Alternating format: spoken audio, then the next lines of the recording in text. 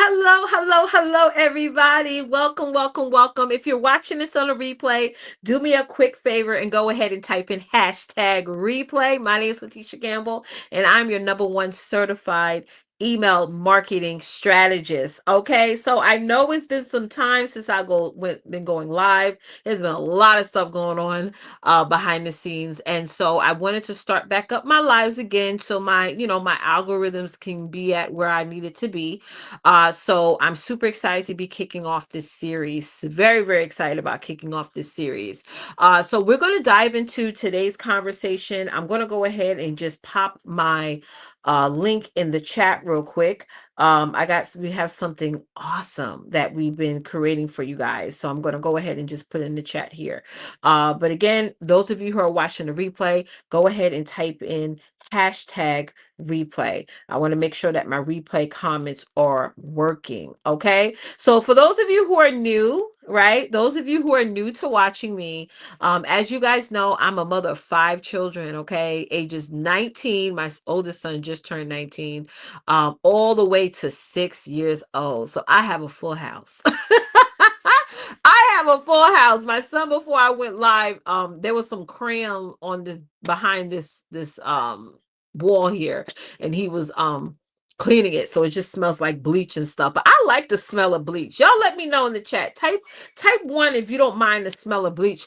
Growing up in the summertime, my dad, God rest his soul, he used to make us clean and my mama inside and outside the house with bleach. So bleach don't bother me much. I honestly, when people are cleaning with bleach products, it really doesn't annoy me at all. But yeah, he was actually cleaning stuff up and things like that. So okay, let me get my ticker on. So yeah, guys, I really want to talk about something that I get asked a lot sometimes, especially as I'm working with newer clients, where people ask, why aren't clients naturally choosing you? Why clients aren't naturally choosing you? What does it mean for people to naturally choose you? A lot of people don't really understand that concept. When somebody's naturally choosing you, like, there is no objections. Like, you answered all the questions that they needed that if they asked questions, you answered it. Your marketing is flawless. They're very clear on what you do and how you can help them. And they really tapped into your true identity. If you guys have been checking out my posts recently, I have been really, honestly, I'm posting as my true self. And I haven't done that in years, actually posting as my true self. So when people are naturally inboxing me or reaching out to me, they know Letitia for Letitia, right? And a lot of times on social media, we like to put a little mask on, or we like to not give our all into our content because we may feel like, oh, this is too much information, or will this pivot people away from you? We have all these thoughts in our minds, right? But I want to kick off this series. Today's going to be part one, and I want to just dive right into why clients aren't naturally choosing you. Okay. So the first thing, I'm going to give you all 3 points today, right? You built your business around survival instead of your purpose.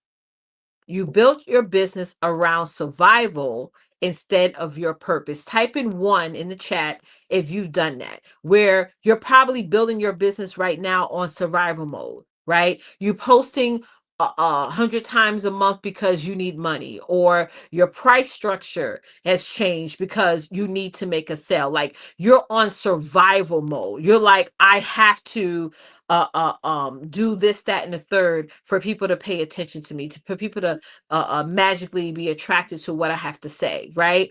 Or you're going super crazy with the AI pictures and images that are not really looking so much like yourself. Like, you're on heavy, heavy, heavy, heavy survival mode. And that's stressful. I've made bad decisions in my business off of me being in survival mode. Absolutely. Right. I made horrible business choices. Like, I was just telling my business partner today that, back in the day when I had an ad account, I had some people, go in and run some ads for me, and they messed up my ad account. And I'm still working today to get that back up and running. So we make decisions sometimes, bad decisions sometimes, because of survival mode. Some of us who are coaches and consultants, may have taken on some not so good clients because you were basing your choice in clients and customers off of survivor mode. So when you have a not so good client, not a target audience, sometimes we blame it on social media, but we really just got to blame ourselves. Maybe it's your languaging. Maybe it's the fact that you haven't vetted your audience all the way through. That takes time. And sometimes we don't often want to take the time to vet our audience, but we have to. We have to. We can't build a business, especially in this era, off of survival mode. So if you're building your business right now, if you feel like you're starting to, or you are building your business around survival mode instead of your purpose, go ahead and type one in the chat. We all have done it. We all have done it. That survival mode syndrome. Okay. Because we all want to be successful. We all want to help people, but it's when we have that survival mode mindset, we make very poor decisions. We make very poor decisions with our marketing. We make very poor decisions with us, even posting. I'm guilty of wanting to just throw stuff out there, right? But my business partner always tells me, listen, slow down. Okay, slow down. There's times where sometimes you need somebody. Like I'm here telling you guys to do that. Slow down. Sometimes we want to just have things just like this. A funny story, right? I had a client, right? And a while ago, and I just started to do her email marketing for her, right? She had an over 60% open rate. Okay, follow me here. Over 60% open rate. Okay. And then when I mentioned it to her, I said, listen, your open rate for the past week has this over 60% of your email list, which is like a crazy high percentage, is opening your email. She's like, yeah, but I want to do this. I want to do that. I'm like, we have to slow down. When we get into the survivor mode, we miss the real results that we're actually getting. We're missing that. We're missing the things that are working. You know what I'm saying? Like we're missing those things. So then we go back and we think like, well, where did the ball drop? It's our when we the minute you go back in your business and you think about, well, where did the ball drop? It's because you were in survival mode. Sometimes we allow our personal lives to seep into our business. That also makes us get into survival mode. Right? Somebody may be stressing you out in your life, or you may be going through a challenging trial, and your social media shows, whether it be your lack of showing up or showing up with so much sense of urgency that people haven't even had the time to get to know who you are and what you do. Right? Okay. So here's the second point I want to make, guys, is you're trying to serve everyone instead of getting clear on who you're truly called to help. You're trying to serve everybody. You're trying to serve all women. You're trying to serve every man, right? You're trying to serve every married couple, right? You're trying to serve every autistic parent, right? You're trying to serve everyone who loves losing weight, who wants to lose weight, right? You're trying to serve everyone instead of becoming more clear on who you are called to help. Somebody type in the chat, I'm called to help somebody. Right? You're not called to help everybody. Amen. I'm called to help. Type this in the chat. I'm called to help somebody. I'm not called to help everybody. And I'm sorry, y'all. I'm trying to put my chat up here. Yes. Is that LaShawn? Hey, LaShawn. I am called to help somebody. I am not called to help. Hey, love. Oh, gosh. I did something weird. Yes. There you go. I see your comment now. I'm called to help somebody. I am not called to help everybody. You're not called to help everyone. You're not called to help everybody. It's almost like you are literally putting your business into trauma, trying to help everybody, because you can't help everybody. You can help only the people that you are called to help. How do you know you're called to help them? Do you relate to their story? Right? Do you relate to it? Does your marketing speak to that particular person?